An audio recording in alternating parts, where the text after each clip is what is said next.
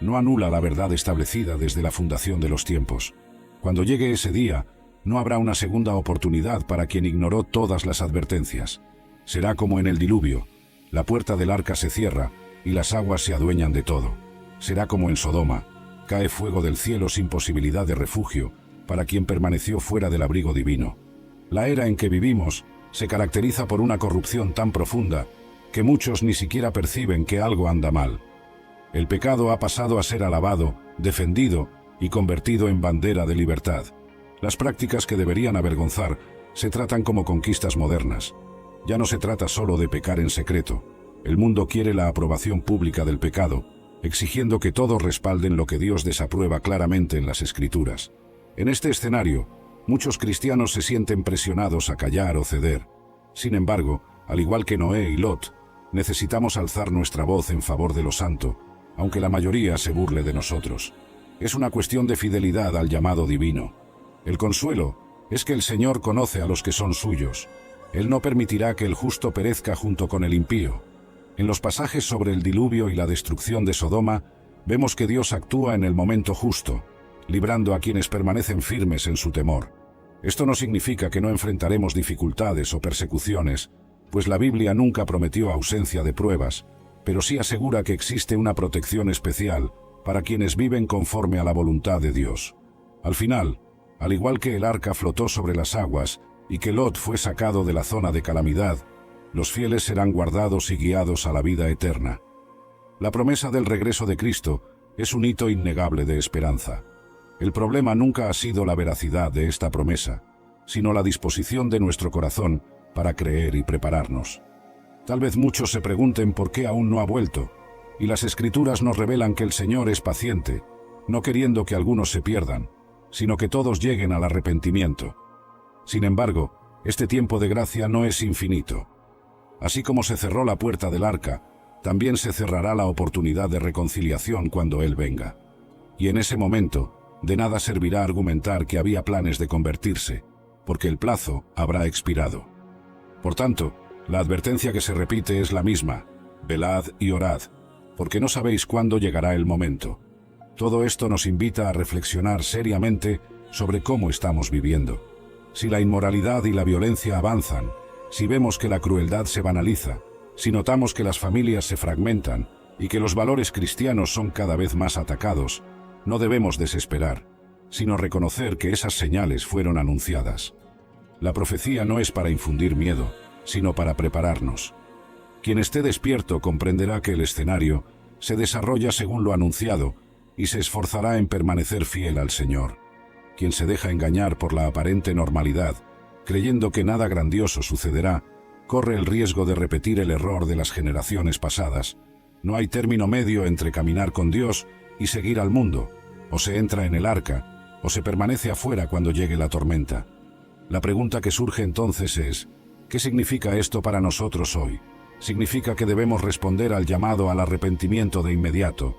¿Significa que toda persona, sin importar su color, clase social o cultura, necesita mirar su propio corazón, reconocer sus pecados, buscar el perdón en Cristo y alinear su vida con los principios del reino de Dios?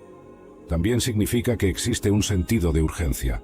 No podemos seguir postergando el enderezar nuestras sendas como si tuviéramos tiempo ilimitado.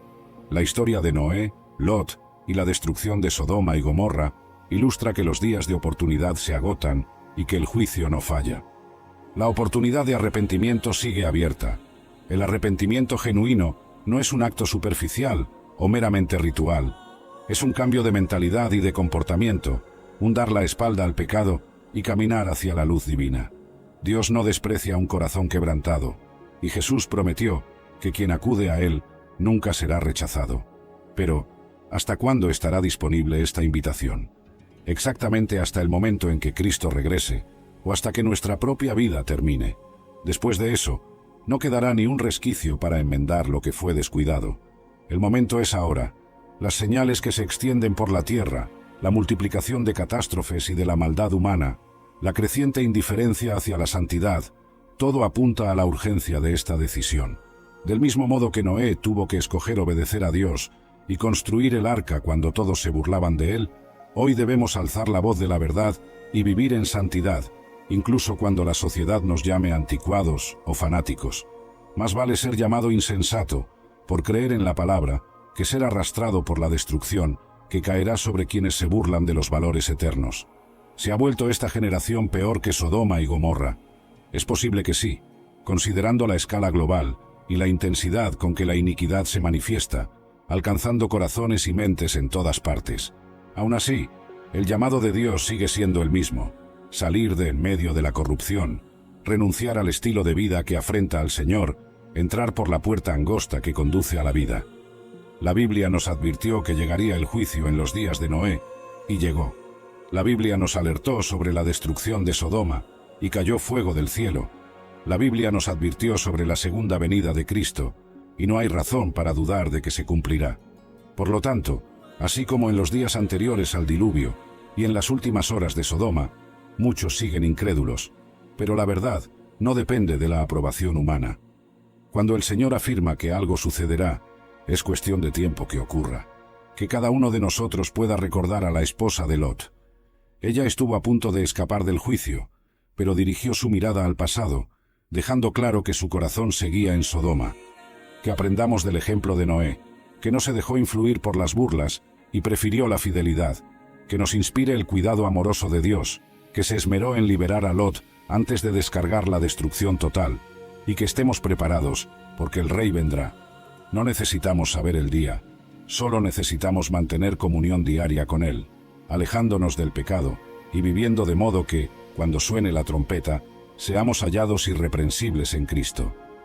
Así como se cerró la puerta del arca en el tiempo determinado, y así como el fuego cayó sin más avisos sobre Sodoma, llegará el instante en que ya no habrá súplicas, invitaciones ni sermones. Por eso la Escritura insiste en la vigilancia y nos llama a arrepentirnos mientras se dice hoy. El texto del Génesis, la historia de Lot, las palabras de Jesús y las epístolas apostólicas forman un conjunto de advertencias que se unen en una sola voz, proclamando que el pecado, tarde o temprano, es juzgado, pero el justo vive por la fe y halla refugio en el Altísimo. Si esta generación se ha vuelto peor que Sodoma y Gomorra, mayor aún es nuestra responsabilidad de anunciar la gracia. Que eres el médico por excelencia. Obra milagros de sanidad en hospitales, hogares y todos los lugares donde hay dolor físico. Con especial ternura, te pido por aquellos que batallan con la oscuridad de la depresión y la tristeza. Tú, que eres luz en medio de las tinieblas, penetra en esos espacios oscuros de sus vidas con tu resplandor sanador. Conforta a los que lloran en silencio, a los que se sienten solos, aun estando rodeados de gente, a los que han perdido la esperanza. Que tu presencia sea el bálsamo que sane sus heridas emocionales y restaure la alegría en sus corazones. Señor, hazme sensible a las necesidades de otros, que mis ojos sean capaces de ver más allá de las apariencias y detectar el dolor oculto tras las sonrisas forzadas. Úsame como instrumento de tu amor y compasión en este mundo herido. Que mis manos sean extensión de las tuyas para abrazar al solitario, mis palabras sean eco de tu consuelo para el afligido, y mis recursos sean canales de tu provisión para el necesitado. Dame un corazón que no solo ore por los necesitados, sino que se mueva a la acción, que sea proactivo en buscar formas de aliviar el sufrimiento ajeno, que pueda ser un canal vivo y efectivo de tu bendición para aquellos que cruzan mi camino, compartiendo tu amor no solo en palabras, sino en hechos concretos y tangibles que demuestren tu compasión en acción. Señor de las naciones, Rey soberano sobre toda la tierra, te presento en oración a mi país y a cada uno de sus líderes. Como el alfarero moldea el barro, te pido que moldees sus corazones y que tu sabiduría divina guíe cada una de sus decisiones. Que tu justicia prevalezca en nuestra tierra, desde las grandes ciudades hasta el más pequeño pueblo. Intercedo fervientemente por aquellos que ocupan posiciones de autoridad en todos los niveles de gobierno, que sus decisiones estén marcadas por la integridad, la compasión y el verdadero deseo de servir al pueblo que les has confiado. En estos tiempos turbulentos, donde las naciones se agitan y los pueblos se conmueven, te suplico que extiendas tu paz sobre nuestro mundo convulsionado. Como el aceite que calma las aguas agitadas, que tu presencia apacigüe los conflictos entre naciones y pueblos. Sana las profundas heridas de división que atraviesan fronteras y culturas, derriba los muros de prejuicio y odio que separan a la humanidad. Que tu amor trascendente rompa las barreras del racismo, la xenofobia y toda forma de discriminación que fragmenta nuestra sociedad. Te ruego por aquellas regiones del mundo donde la guerra, el hambre y la injusticia son realidades cotidianas. Levanta personas e instituciones que sean agentes de cambio y reconciliación en estas zonas de conflicto. Que tu reino de justicia, paz y amor se manifieste poderosamente en cada rincón de la tierra, transformando corazones endurecidos y restaurando comunidades rotas por la violencia y la pobreza. Permite que tu iglesia sea luz en medio de las tinieblas, sal que preserve y transforme la sociedad, y levadura que influya positivamente en cada esfera de la vida comunitaria. Que tu voluntad de paz, justicia y amor sea una realidad tangible que alcance hasta los confines de la tierra. Padre amoroso, en este momento sagrado de intimidad contigo, pongo ante tu trono de gracia todas mis preocupaciones y planes para este día. Como el barro en manos del alfarero, me entrego completamente a tu voluntad perfecta, reconociendo que tus pensamientos son más altos que los míos y tus caminos superiores a los míos. Te pido que guíes cada una de mis decisiones, desde las aparentemente insignificantes hasta las más trascendentales. Que tu Espíritu Santo sea mi consejero fiel, iluminando mi entendimiento y dirigiendo mis pasos por la senda que has trazado para mí. Dame, Señor, un corazón dispuesto a perdonar como tú me has perdonado, capaz de extender esa misma gracia y misericordia que tan generosamente has derramado sobre mí. Ayúdame a liberar de mi corazón todo residuo de amargura, resentimiento y dolor por las ofensas recibidas, que pueda ver más allá de las heridas y reconocer que así como yo necesito tu perdón diariamente, debo extender ese mismo perdón a quienes me han lastimado. Transforma mi corazón para que el perdón no sea solo una decisión momentánea, sino un estilo de vida que refleje tu carácter.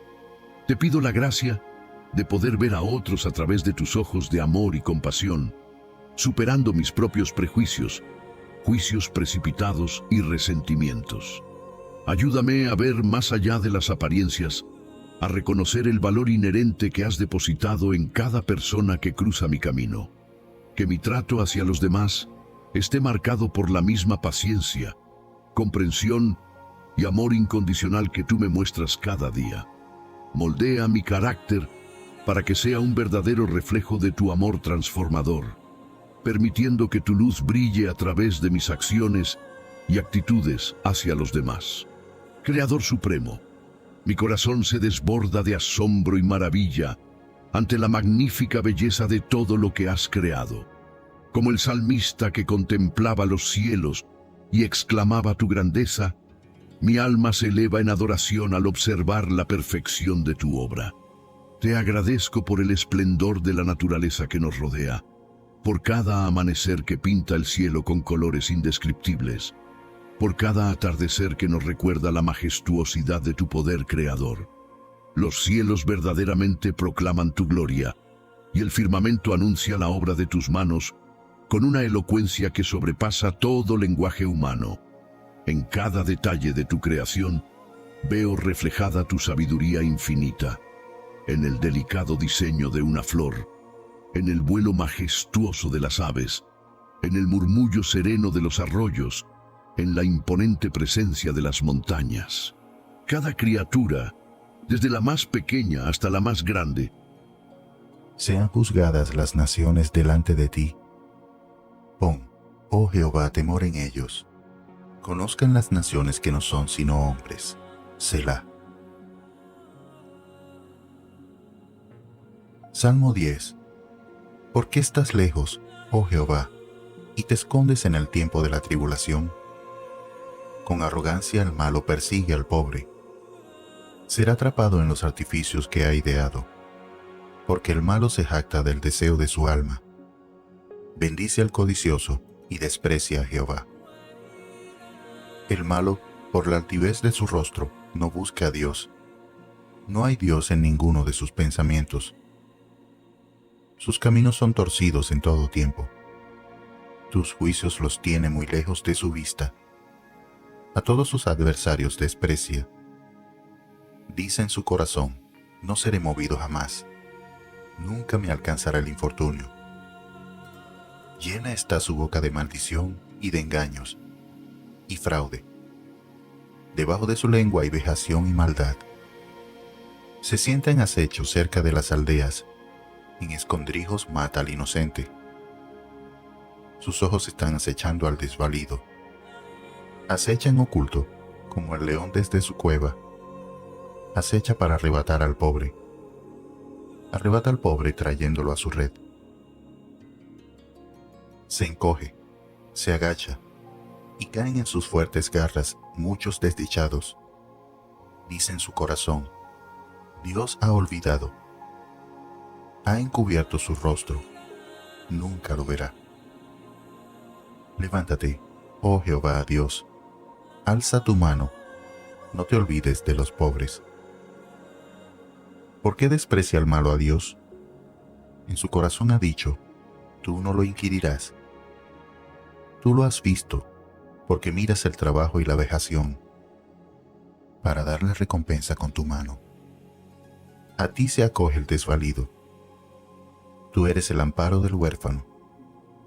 Quebranta tú el brazo del inicuo, y persigue la maldad del malo hasta que no halles ninguna.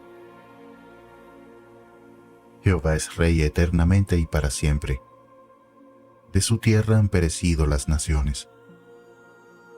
El deseo de los humildes oíste, oh Jehová. Tú dispones su corazón y haces atento tu oído, para juzgar al huérfano y al oprimido, a fin de que no vuelva más a hacer violencia el hombre de la tierra.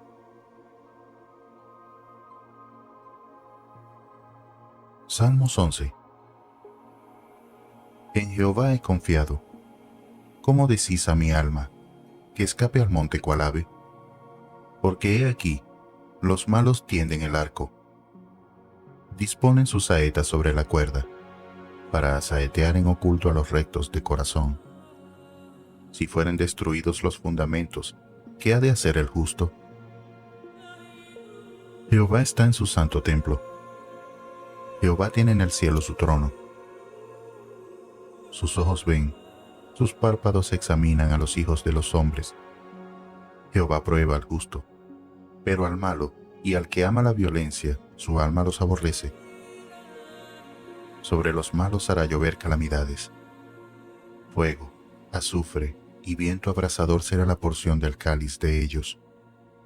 Porque Jehová es justo y ama la justicia. El hombre recto mirará su rostro. Salmo 12.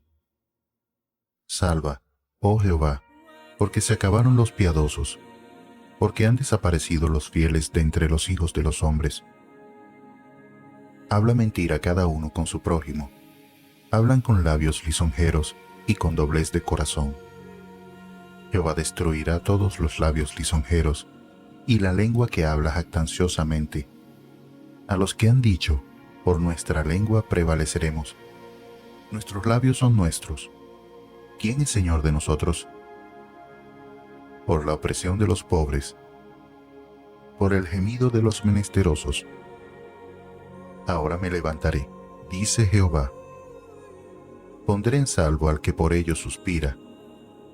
Las palabras de Jehová son palabras limpias, como plata refinada en horno de tierra, purificada 7 veces. Tú, Jehová, los guardarás.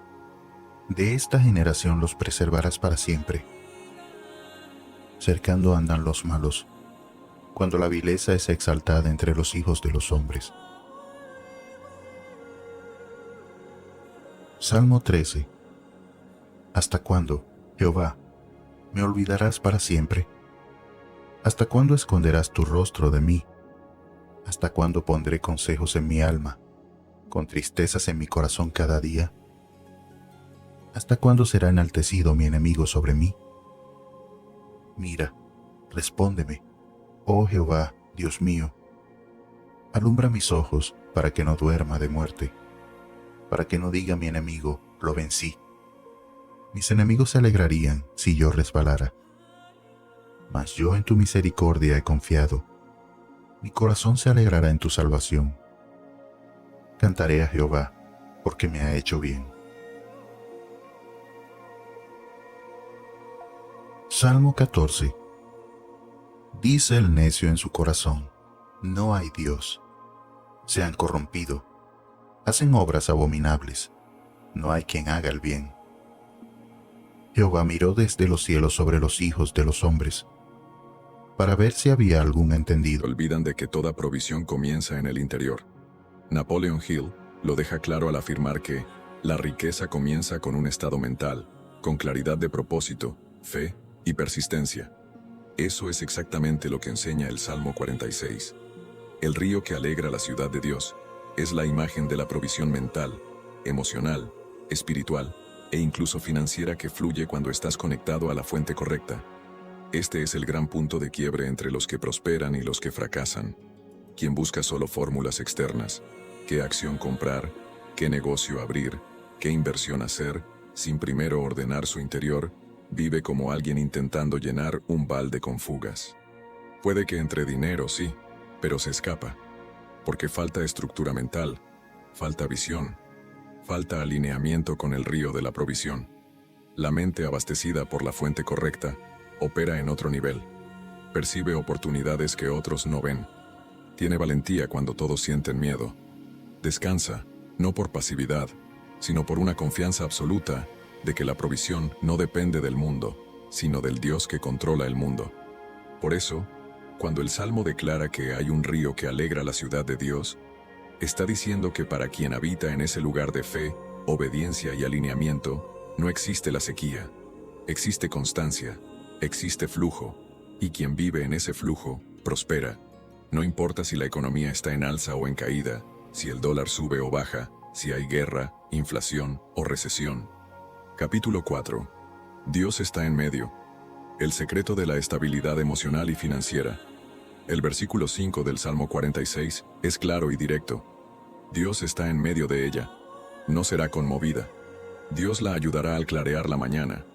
Este es, sin duda, uno de los mayores secretos de estabilidad que puedes aplicar tanto en tu vida espiritual como en tu camino hacia la prosperidad financiera.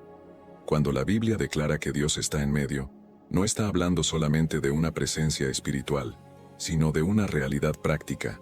Donde Dios ocupa el centro, no hay espacio para el colapso.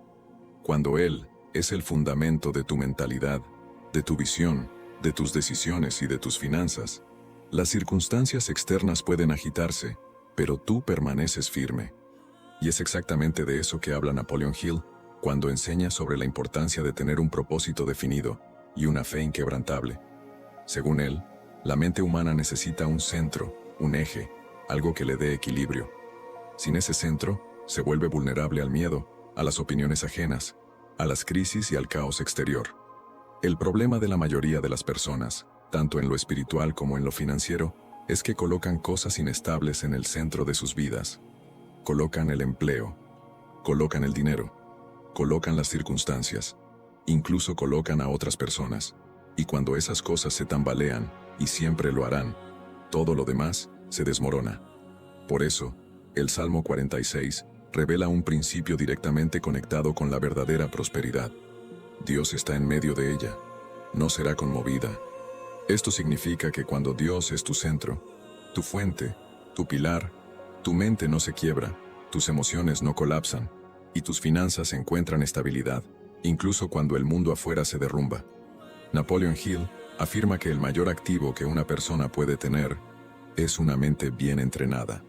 Pero también advierte, una mente sin propósito definido, sin dirección, sin un centro de estabilidad, se convierte en terreno fértil para el miedo, la duda, la procrastinación y la bancarrota, ya sea emocional o financiera. Por eso, las personas que viven en inestabilidad mental, siempre preocupadas, ansiosas, desesperadas, son las que más decisiones equivocadas toman en lo económico, en los negocios y en la vida. Compran cuando deberían vender, venden cuando deberían esperar, abandonan justo cuando están a un paso del éxito, se ilusionan cuando deberían ser realistas, pero cuando Dios ocupa el centro, surge una fuerza interior que Hill describe como el poder de la fe aplicada. No es una fe mística, pasiva o supersticiosa.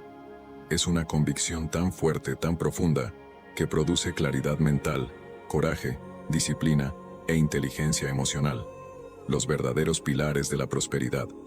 Esa fe se traduce en acciones concretas. No entras en pánico en medio de una crisis, porque sabes que tu provisión no depende del mercado, ni del gobierno, ni del jefe, ni del cliente. Depende de Dios. Y al mismo tiempo, entiendes que esa conexión divina te exige hacer tu parte, estudiar, capacitarte, tomar buenas decisiones, invertir con sabiduría y nunca actuar desde el miedo. Cuando el texto dice, Dios la ayudará al clarear la mañana, está revelando otro principio poderoso. La ayuda divina es constante, diaria, presente, desde el inicio de cada nuevo día. Es decir, no importa cómo fue ayer, lo que importa es que, en cada amanecer, la provisión, la dirección y la protección están disponibles, siempre que Dios esté en medio, en el centro, en el mando. Por eso, quien desea prosperar de forma verdadera necesita, antes que nada, reorganizar su interior, colocar a Dios en el centro, reemplazar el miedo por la fe, cambiar la ansiedad por convicción y transformar esa... Versículo 17. El que tenga oídos, que oiga lo que el Espíritu dice a las iglesias. Al que salga vencedor, le daré del maná escondido, y le daré también una piedrecita blanca, en la que está escrito un nombre nuevo, que solo conoce el que lo recibe.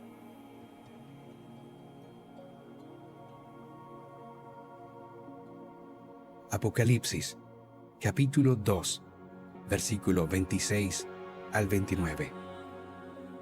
Al que salga vencedor y cumpla mi voluntad hasta el fin, le daré autoridad sobre las naciones, así como yo la he recibido de mi Padre, y él las gobernará con puño de hierro, las hará pedazos como a vasijas de barro. También le daré la estrella de la mañana. El que tenga oídos, que oiga lo que el Espíritu dice a las iglesias.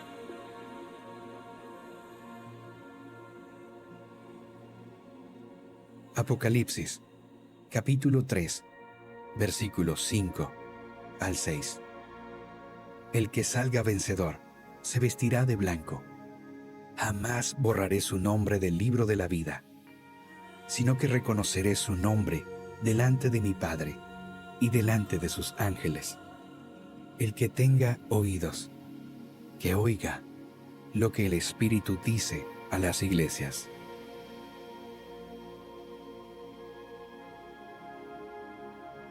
Apocalipsis, capítulo 3, versículo 10 al 13.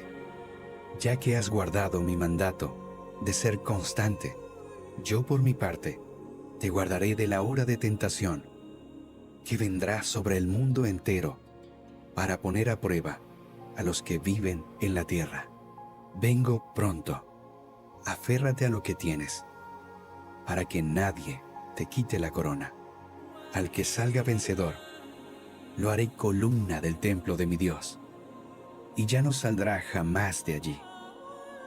Sobre él grabaré el nombre de mi Dios y el nombre de la nueva Jerusalén, ciudad de mi Dios, la que baja del cielo de parte de mi Dios, y también grabaré sobre él mi nombre nuevo.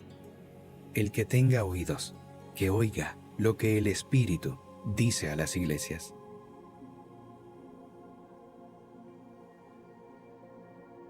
Apocalipsis, capítulo 3, versículo 20 al 22.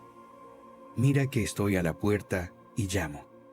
Si alguno oye mi voz y abre la puerta, entraré y cenaré con él y él conmigo. Al que salga vencedor, le daré el derecho de sentarse conmigo en mi trono, como también yo vencí y me senté con mi Padre en su trono. El que tenga oídos, que oiga lo que el Espíritu dice a las iglesias.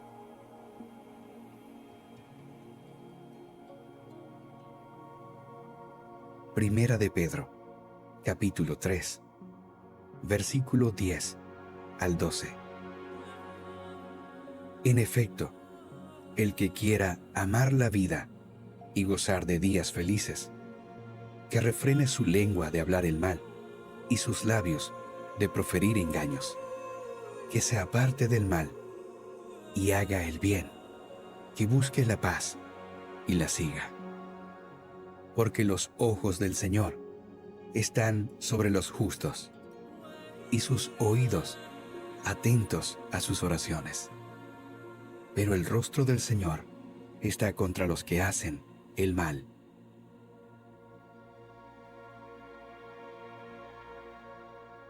Filipenses, capítulo 4, versículo 4 al 9. Alégrense siempre en el Señor. Insisto, alégrense. Que su amabilidad sea evidente a todos. El Señor está cerca. No se inquieten por nada. Más bien, en toda ocasión, con oración y ruego, presenten sus peticiones a Dios y denle gracias. Y la paz de Dios, que sobrepasa todo entendimiento, cuidará sus corazones y sus pensamientos en Cristo Jesús. Por último, hermanos, consideren bien todo lo verdadero, todo lo respetable, todo lo justo, todo lo puro, todo lo amable, todo lo digno de admiración. En fin, todo lo que sea excelente o merezca elogio. Pongan en práctica lo que de mí han aprendido, recibido y oído, y lo que han visto en mí. Y el Dios de paz estará con ustedes.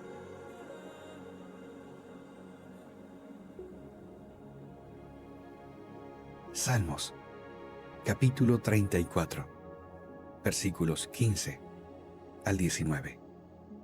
Los ojos del Señor están sobre los justos, y sus oídos atentos a sus oraciones. El rostro del Señor está contra los que hacen el mal, para borrar de la tierra su memoria. Los justos claman, y el Señor los oye, los libra de todas sus angustias. Pero anímense, yo he vencido al mundo.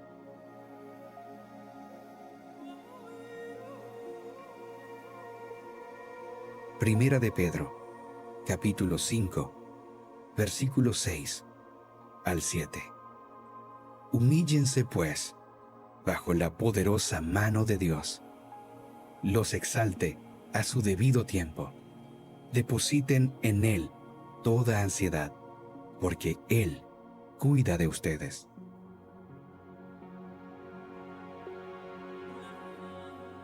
Lamentaciones, capítulo 3, versículo 22 al 23. El gran amor del Señor nunca se acaba, y su compasión jamás se agota. Cada mañana se renuevan sus bondades. Muy grande es su fidelidad.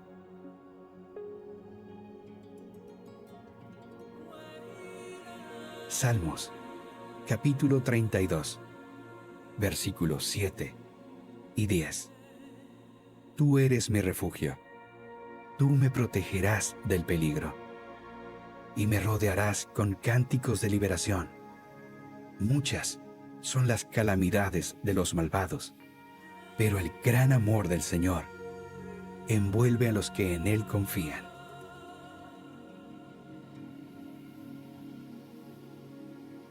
Jeremías, capítulo 17, versículos 7 al 8. Bendito el nombre que confía en el Señor y pone su confianza en Él. Será como un árbol plantado junto al agua, que extiende sus raíces hasta la corriente. No teme que llegue el calor, y sus hojas están siempre verdes. En época de sequía, no se angustia, y nunca deja de dar fruto.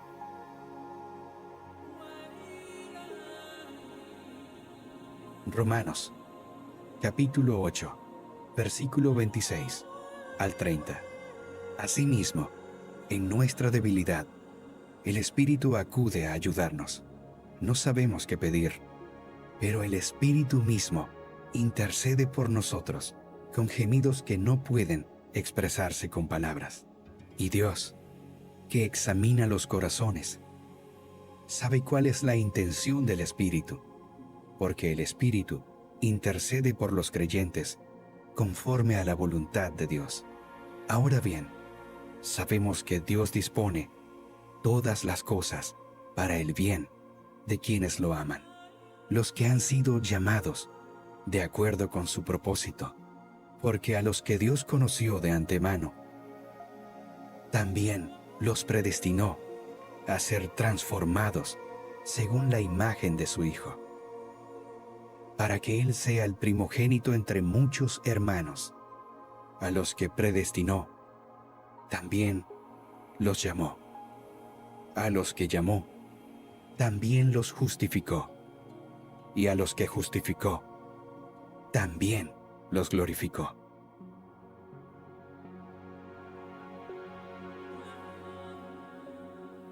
Romanos, capítulo 8, versículo 35 al 39. ¿Quién nos apartará del amor de Cristo? ¿La tribulación o la angustia? ¿La persecución? ¿El hambre? ¿La indigencia? ¿El peligro o la violencia? Así está escrito: por tu causa siempre nos llevan a la muerte. Nos tratan como ovejas para el matadero. Sin embargo, en todo esto somos más que vencedores por medio de aquel que nos amó. Pues estoy convencido de que ni la muerte, ni la vida, ni los ángeles, ni los demonios, ni lo presente, ni lo porvenir, ni los poderes, ni lo alto, ni lo profundo, ni cosa alguna en toda la creación podrá apartarnos del amor que Dios ha manifestado en Cristo Jesús, nuestro Señor.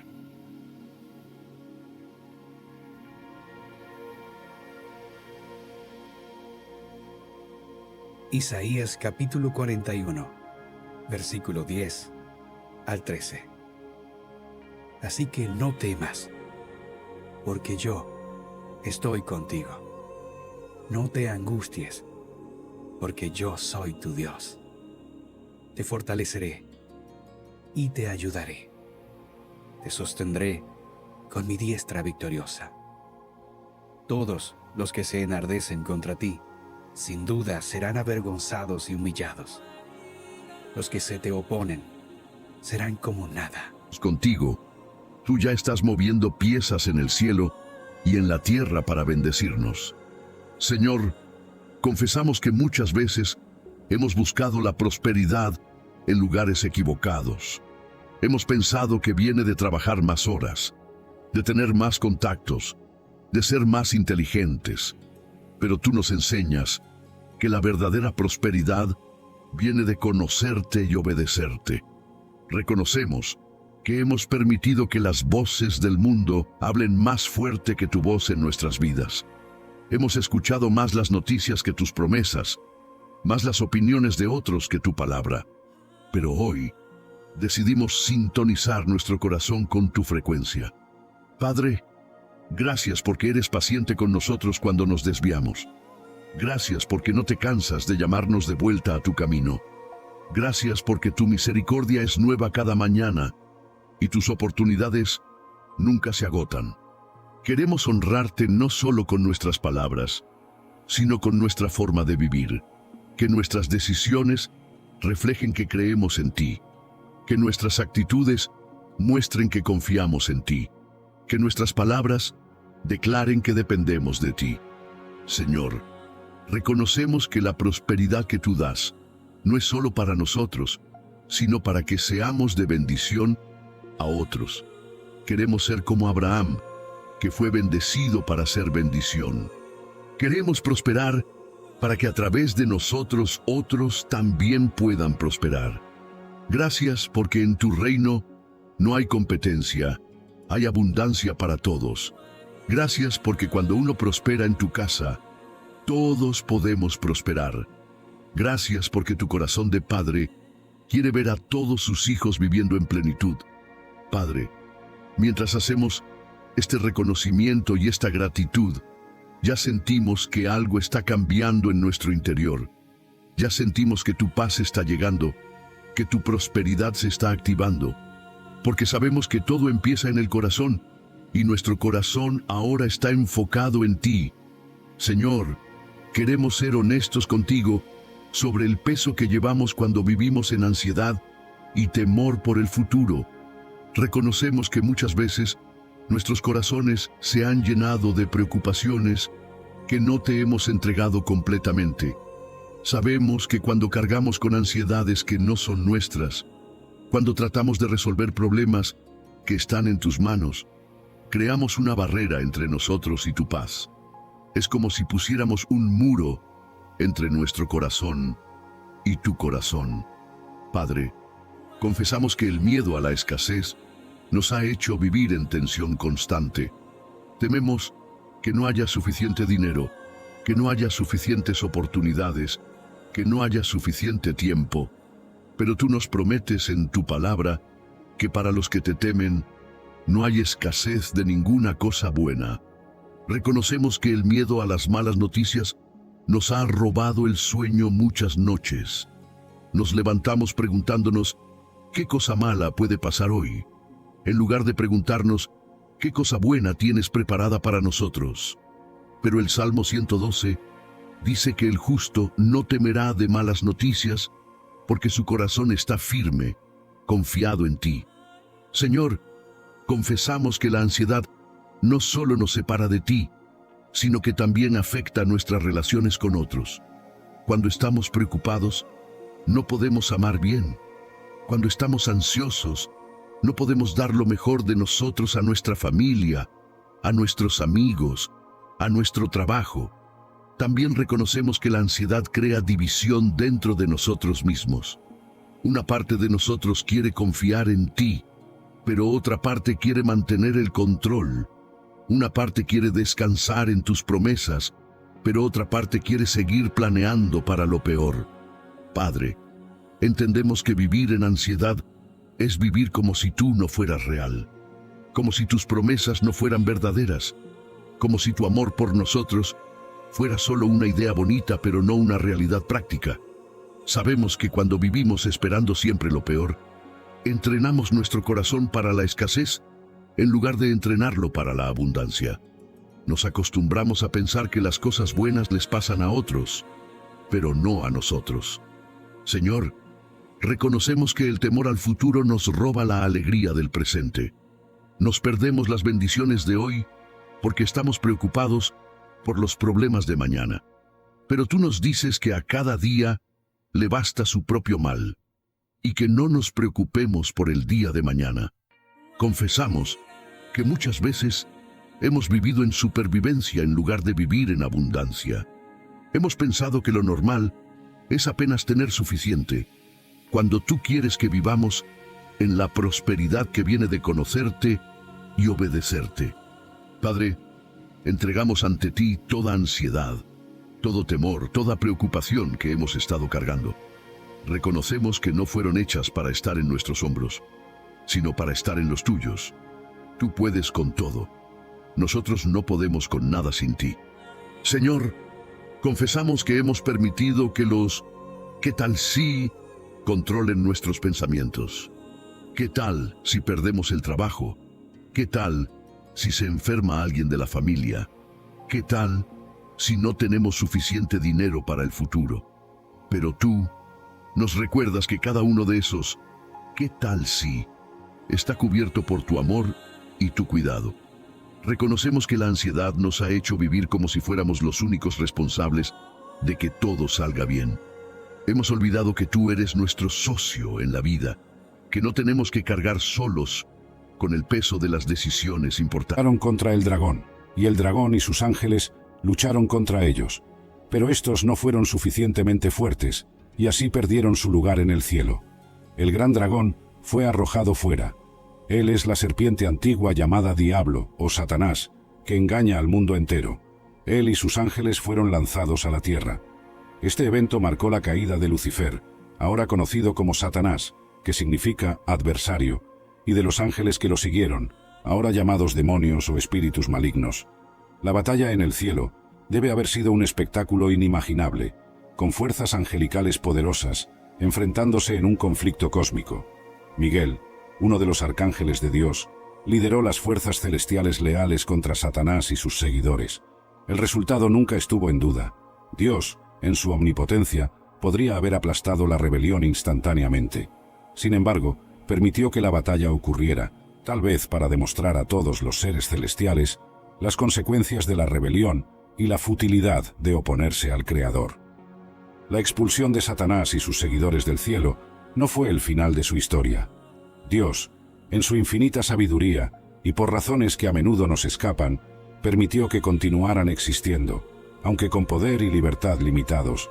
Segunda Pedro 2, 4, nos da una pista sobre el destino de algunos de estos ángeles caídos. Pues Dios no perdonó a los ángeles que pecaron, sino que los arrojó al infierno, entregándolos a prisiones tenebrosas, para ser reservados al juicio. Este versículo sugiere que algunos de los ángeles rebeldes fueron inmediatamente confinados, esperando el juicio final. El término griego traducido como infierno aquí es tártaro, un lugar de tormento y confinamiento para los seres espirituales más perversos. Este no es lo mismo que el Hades, el reino de los muertos, o la Gehenna, el lago de fuego del juicio final. El Tártaro parece ser una prisión temporal para estos ángeles caídos, un lugar donde esperan su juicio final. La idea de que algunos ángeles están encadenados sugiere que sus actividades fueron severamente restringidas por Dios, quizás porque sus crímenes fueron particularmente atroces, o porque su libertad representaría una amenaza demasiado grande para la creación de Dios. Sin embargo, las Escrituras también indican que no todos los ángeles caídos fueron inmediatamente aprisionados. Satanás y muchos de sus seguidores parecen tener una cierta libertad de acción en el mundo. En Job 1, 6-7 leemos: «Un día vinieron a presentarse delante de Jehová los hijos de Dios, entre los cuales vino también Satanás. Y dijo Jehová a Satanás: ¿De dónde vienes? Respondiendo Satanás a Jehová, dijo: de rodear la tierra y de andar por ella». Este pasaje revela que Satanás tiene acceso tanto al reino celestial como a la tierra, aunque su posición ha cambiado drásticamente desde su caída. El libro de Job nos ofrece una visión fascinante de la interacción entre Dios y Satanás. Aquí vemos a Satanás presentándose ante Dios junto con los otros ángeles, lo que sugiere que todavía tiene algún tipo de acceso al reino celestial. Sin embargo, su posición es claramente diferente. Ya no es el querubín protector, sino un acusador, un adversario. La pregunta de Dios y la respuesta de Satanás revelan que tiene permiso para vagar por la tierra, observando e influyendo en los asuntos humanos. Esta libertad, sin embargo, no es irrestricta. Como veremos en el resto del libro de Job, Satanás solo puede actuar dentro de los límites establecidos por Dios. La actividad de los ángeles caídos en la tierra es un tema recurrente en las Escrituras. Son retratados como seres que buscan activamente alejar a la humanidad de Dios y frustrar sus planes. En Efesios 6:12, Pablo advierte: «Porque nuestra lucha no es contra carne y sangre, sino contra principados, contra potestades, contra los gobernadores de las tinieblas de este mundo, contra huestes espirituales de maldad en las regiones celestes». Este pasaje nos recuerda que, aunque invisibles a nuestros ojos, los ángeles caídos son una fuerza real y peligrosa en el mundo. Pablo usa un lenguaje militar para describir la naturaleza del conflicto espiritual en el que estamos involucrados. Los términos principados, potestades y gobernadores sugieren una jerarquía organizada entre las fuerzas demoníacas, reflejando tal vez el orden celestial del cual cayeron. La referencia a las regiones celestes indica que este conflicto no se limita al reino terrestre, sino que se extiende al dominio espiritual. Esta guerra espiritual no es una batalla física, sino una lucha por la mente, el corazón y el alma de la humanidad. Los ángeles caídos buscan desviar a las personas de Dios a través de tentaciones, mentiras y engaños, trabajando entre bastidores para influir en eventos y decisiones que afectan el curso de la historia humana. Uno de los episodios más intrigantes que involucran ángeles caídos se encuentra en Génesis 6, 1-4. Cuando los hombres comenzaron a multiplicarse sobre la faz de la tierra y les nacieron hijas, los hijos de Dios vieron que las hijas de los hombres eran hermosas y tomaron para sí mujeres, escogiendo entre todas. Había gigantes en la tierra en aquellos días, y también después que se llegaron los hijos de Dios a las hijas de los hombres, y les engendraron hijos. Estos fueron los valientes que desde la antigüedad fueron varones de renombre. Este pasaje es uno de los más controvertidos y misteriosos de la Biblia. Muchos estudiosos interpretan los hijos de Dios en este pasaje como ángeles caídos que se involucraron con mujeres humanas, resultando en una raza de gigantes conocidos como Nefilim. Esta interpretación es apoyada por varias tradiciones antiguas y por referencias en otros textos bíblicos, como Judas 1, 6-7, que habla de ángeles que no guardaron su dignidad, sino que abandonaron su propia morada y que se entregaron a la inmoralidad sexual. Si esta interpretación es correcta, No se dejó vencer por el miedo. En lugar de eso, confió plenamente en Dios. En 1 de Samuel capítulo 17 versículo 45 al 47, David dice: Tú vienes a mí con espada, lanza y jabalina, pero yo vengo a ti en el nombre de Jehová de los ejércitos, el Dios de los escuadrones de Israel, a quien tú has provocado. Jehová te entregará hoy en mi mano. David no estaba preocupado por el tamaño del gigante, ni por las armas que llevaba. Su confianza estaba en Dios, y sabemos cómo terminó esa historia, con una gran victoria. Este relato nos enseña que, sin importar cuán grande sea nuestro problema, si confiamos en Dios, podemos superarlo. Otro pasaje que nos brinda consuelo es Proverbios 3, 5, 6. Fíate de Jehová de todo tu corazón, y no te apoyes en tu propia prudencia.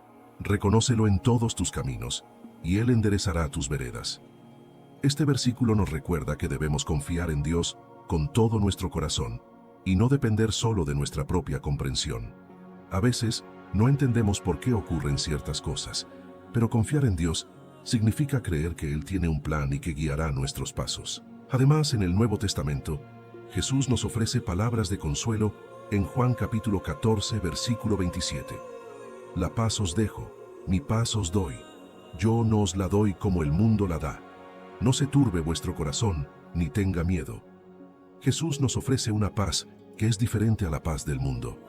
Es una paz duradera y verdadera que proviene de su amor y presencia en nuestras vidas. Aplicar estas enseñanzas bíblicas en nuestra vida diaria puede transformar nuestra perspectiva. Cada vez que nos sentimos abrumados por el afán, podemos recordar estos versículos y tomarnos un momento para orar, pedir la ayuda de Dios y confiar en que Él tiene el control. Es un proceso continuo, y cada vez que practicamos esta confianza, nuestra fe se fortalece. Vamos a seguir con la tercera parte. Ahora vamos a hablar sobre historias inspiradoras de personas que encontraron paz y resolución al entregar sus preocupaciones a Dios. Vamos a adentrarnos en algunas historias que realmente muestran cómo confiar en Dios puede cambiar nuestras vidas. Estas historias no solo nos inspiran, sino que también nos recuerdan que sin importar nuestras circunstancias, siempre podemos encontrar paz en Dios. Una historia que me viene a la mente es la de George Müller. George Müller fue un cristiano alemán que se trasladó a Inglaterra en el siglo XIX. Es conocido por su increíble fe y confianza en Dios. Müller fundó varios orfanatos y a lo largo de su vida cuidó de más de 10.000 huérfanos. Lo sorprendente es que nunca pidió dinero a nadie para mantener estos orfanatos. En lugar de eso, confiaba completamente en Dios para proveer todo lo necesario. Hay muchas anécdotas sobre la fe de Müller, pero una de las más conmovedoras ocurrió una mañana cuando los niños en uno de sus orfanatos no tenían nada para desayunar. Müller, en lugar de preocuparse o buscar ayuda desesperadamente, simplemente reunió a los niños y oraron, dando gracias a Dios por la comida que iban a recibir. Justo después de la oración, hubo un golpe en la puerta. Era el panadero local, que había horneado más pan del necesario y decidió donarlo al orfanato. Poco después, el lechero cuya carreta se había descompuesto frente al orfanato, ofreció toda la leche porque no podía entregarla a tiempo. Ese día, los niños comieron, y Müller vio una vez más cómo Dios proveía para sus necesidades. Otra historia inspiradora es la de Corrie ten Boom, una mujer holandesa que, junto con su familia, ayudó a muchos judíos a escapar del Holocausto durante la Segunda Guerra Mundial. Corrie y su familia fueron arrestados y enviados a un campo de concentración. En medio de las terribles condiciones del campo, Corrie y su hermana Betsy encontraron fuerza y paz en su fe. Betsy, en particular, tenía una fe inquebrantable y constantemente recordaba a Corrie que no importaba lo que sucediera, Dios estaba con ellas. Una de las experiencias más poderosas que Corrie compartió fue cuando ella y Betsy encontraron piojos en sus literas. Corrie estaba desesperada, pero Betsy insistió en que debían agradecer a Dios por todo, incluso por los piojos. Resultó que los piojos mantuvieron a los guardias alejados de su barraca, permitiéndoles realizar estudios bíblicos y orar con las otras mujeres prisioneras sin ser molestadas. Esta pequeña molestia se convirtió en una bendición disfrazada. Luego tenemos la historia contemporánea de Nick Vujicic, un hombre nacido sin brazos ni piernas. Nick podría haber pasado su vida lamentándose por su condición, pero en lugar de eso, encontró esperanza y propósito en su fe en Dios. Hoy, Nick es un orador motivacional conocido en todo el mundo, inspirando a millones con su mensaje de esperanza y fe. Él habla abiertamente sobre cómo su relación con Dios le ha dado la fuerza para superar desafíos aparentemente insuperables y vivir una vida plena y significativa. Estas historias, aunque diferentes, tienen un tema común. En medio de dificultades extremas, estas personas encontraron paz y resolución al entregar sus preocupaciones a Dios. Sus vidas nos muestran que la fe no elimina los problemas, pero nos da la fuerza para enfrentarlos con esperanza y confianza. ¿Qué podemos aprender de estas historias? Primero, que la fe en Dios puede transformar nuestras circunstancias, dándonos paz incluso en medio de la adversidad. Segundo, que Dios tiene formas misteriosas y maravillosas de proveer para nuestras necesidades, a menudo de maneras que no podríamos haber anticipado. Y tercero, que cuando confiamos en Dios, encontramos un propósito y una fortaleza que va más allá de nuestra propia comprensión. Hasta ahora hemos hablado sobre por qué no debemos afanarnos y cómo la Biblia nos invita a confiar en Dios, además de algunas historias inspiradoras de personas que lo hicieron. Pero, ¿cómo podemos nosotros, en nuestro día a día, fortalecer nuestra fe y nuestra confianza en Dios? Aquí te dejo algunos consejos prácticos. 1. Oración diaria. La oración es una de las herramientas más poderosas que tenemos para acercarnos a Dios y dejar nuestras preocupaciones en sus manos. No tiene que ser una oración elaborada o larga, puede ser algo tan simple como una conversación sincera con Dios. Comienza tu día agradeciendo por las bendiciones y pidiendo guía y fortaleza. Durante el día, cuando te sientas abrumado, tómate un momento para orar y pedir paz. 2. Lectura de la Biblia. La Biblia es una fuente inagotable de sabiduría y consuelo. Dedica tiempo cada día a leerla y meditar en sus enseñanzas. Puedes empezar con pasajes que hablan sobre la confianza en Dios y la superación del miedo, como los que hemos mencionado antes.